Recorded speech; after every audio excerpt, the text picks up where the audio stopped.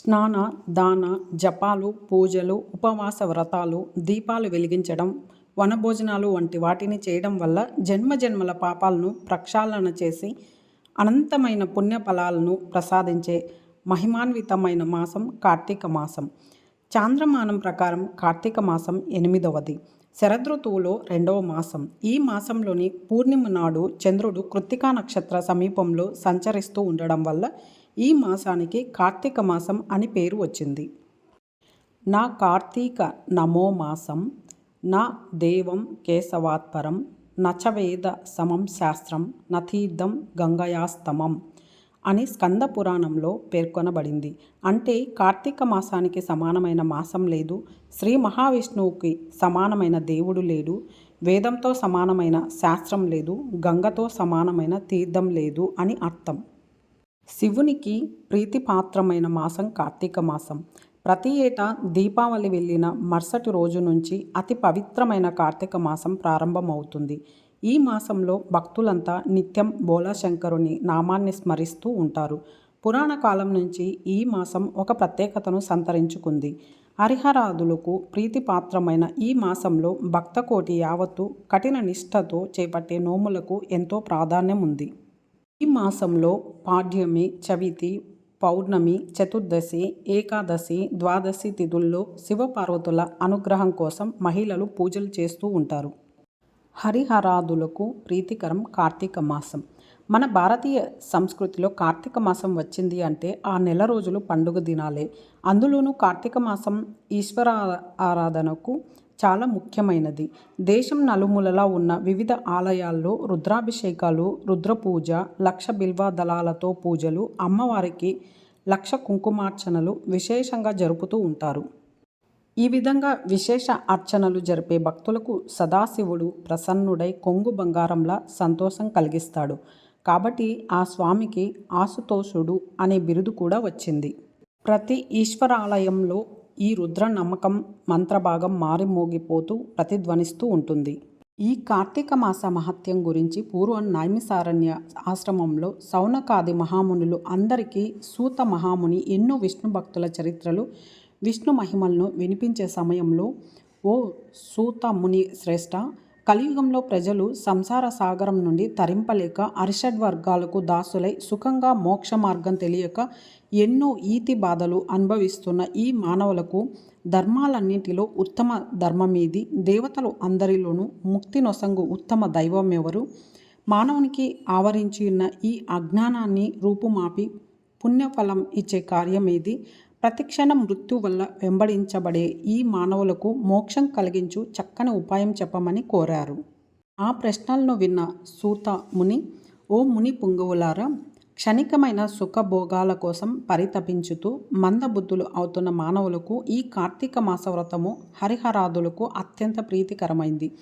దీనిని ఆచరించటం వల్ల సకల పాపాలు హరింపబడి మరుజన్మ లేక పరంధామము పొందగలరు. పుణ్యాత్ములకు మాత్రమే ఈ కార్తీక మాస వ్రతం ఆచరించాలని కోరికను కలగజేస్తాడు ఆ పరమాత్మ. దుష్టులకు, దుర్మార్గులకు వారి కర్మలు పరిపక్వమయ్యే వరకు ఏవగింపు కలిగిస్తాడు. ఈ మాసంలో వచ్చే సోమవారాలు, చవితి, ఏకాదశి, ద్వాదశి, పౌర్ణమి అత్యంత పుణ్యప్రదమైనవి.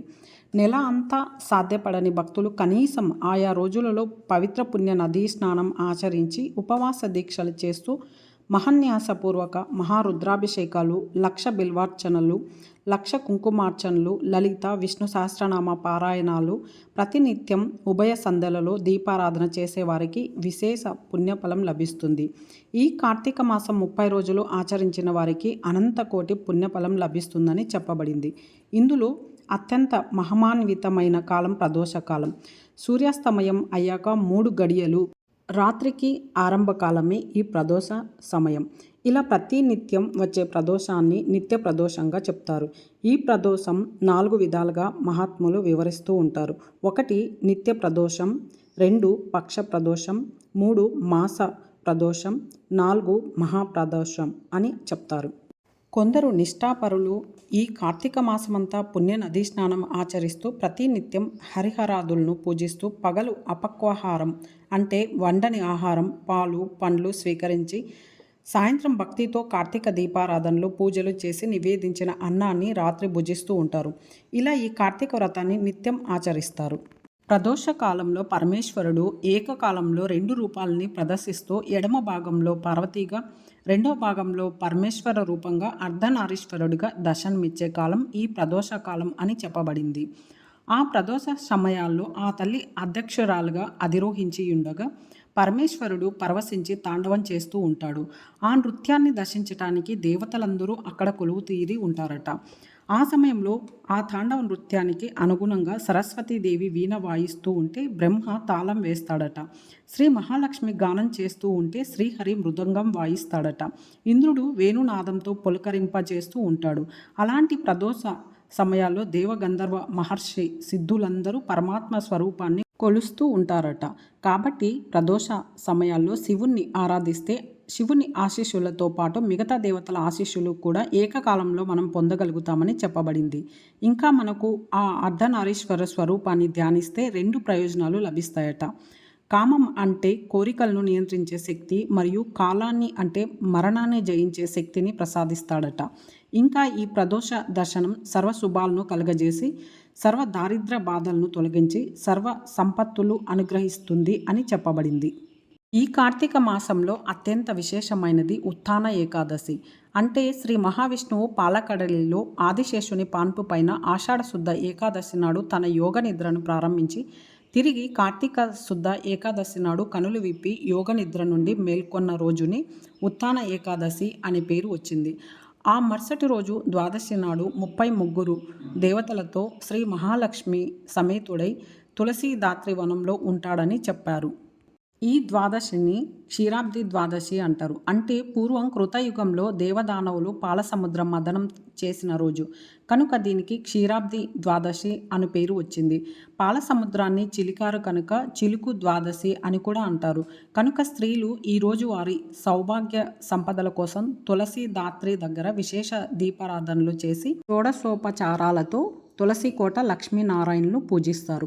ఆ రోజు దేశం నలుమూలలా ఉన్న ఆలయాల్లోని లక్ష్మీనారాయణ మూర్తులను మిరుమిట్లు గొలిపే విద్యుత్ దీపకాంతితో బాణసంచాలతో సమీప నదీ జలాలలో తెప్పోత్సవం నిర్వహిస్తూ ఉంటారు. కార్తీక పూర్ణిమ నాడు వరిగడ్డిని వెంటిగా చుట్టి దానిని 2 స్తంభాలకు కట్టి ఆ వెంటిని 3 సార్లు కాగడాలతో వెలిగిస్తూ వాటి క్రింది పార్వతీ పరమేశ్వరుల ప్రతిమలను పల్లకిలో ఉంచి 3 సార్లు త్రిప్పి జ్వాలాతోరణ వేడుకను నిర్వహిస్తారు. ఆ విధంగా హరిహరాదులకు ప్రత్యేక ఉత్సవ వేడుకలు నిర్వహిస్తారు. ఇలా ఈ కార్తీక మాస విశేషాలను కొనియాడి చెప్పడానికి సహస్రముఖాలు కలిగిన ఆదిశేషుడు చతుర్ముఖుడైన బ్రహ్మకే సాధ్యం కాదని చెప్పగా ఇక మానవ మాతృలమైన మనమెంత అని సూత మహాముని చెప్పారు. మన సంస్కృతిలో ఈ దీపారాధన అనేది ప్రధాన అంశం. ఈ దీపారాధనలో ఆవు నెయ్యి ఉత్తమోత్తమమైనది, మంచి నూనె మధ్యమము, ఇప్ప నూనె అధమము, ఇతర నూనెలు అడవిలో పుట్టిన నూనెలు అధమాతి అధమములు. గేదె నేతితో దీపం వెలిగిస్తే పూర్వపుణ్యం కూడా నశించిపోతుంది. అదే స్వల్పంగా ఆవు నెయ్యి కలిపి వెలిగిస్తే దోషం లేదని, అలా 1 మొదలు 1000 వరకు దీపాలు వెలిగించటం ఎంతో శుభప్రదమని, వాటి సంఖ్యను బట్టి వివిధ ఫలితాలు అందిస్తుందని దీపదాన మహత్యంలో చెప్పి ఉన్నారు. ఇలాంటి దీపారాధన పూజా మందిరంలో కానీ, దేవాలయాల్లో, గృహ ప్రాంగణాలలో, తులసి బృందావనంలో, మారేడు, రావి వంటి దేవతా వృక్షాల దగ్గర, పుణ్య నదీ తీరాలలో వెలిగించటం అత్యంత పుణ్యప్రదమని పురాణాలు వర్ణించి చెప్తున్నాయి. ఈ మాసంలో సోదరి చేతి వంట భగని హస్త భోజనము చేసి యథాశక్తి వారికి కానుకలు సమర్పించటంతో పాటు సమీప వనంలో బంధువులు స్నేహితులతో కలిసి ఉసిరి చెట్టును పూజించి సాత్విక ఆహారంతో వనభోజనాలు చేస్తూ ఉండటం మంచిది. అందువల్ల మన జీవన గమనంలో మంచి ఆహ్లాదంతో పాటు అన్నదాన ఫలితం కూడా లభిస్తుంది. అలాంటి మహిమాన్వితమైన ఈ కార్తీక మాసంలో నియమనిష్టలతో హరిహరాదులను అనునిత్యం ఆరాధిస్తూ కార్తీక పురాణ పఠనం చేస్తే అనంతకోటి పుణ్యఫలం లభిస్తుందని, ఈ పవిత్ర పుణ్య దినాలలో అలసత్వం వహించకుండా యథాశక్తి దీపదానము, వస్త్ర, ఫల, పుష్ప, సువర్ణ దానాలు మొదలైనవి చేయటం వల్ల ఇహంలో సర్వసుఖాలు అనుభవించటమే కాకుండా జన్మాంతరంలో జన్మరాహిత్యాన్ని పొందగలరని ఈ కార్తీక మాస వ్రత మహత్యాన్ని గురించి సూత మహాముని సౌనకాది మునులకు వివరించారు.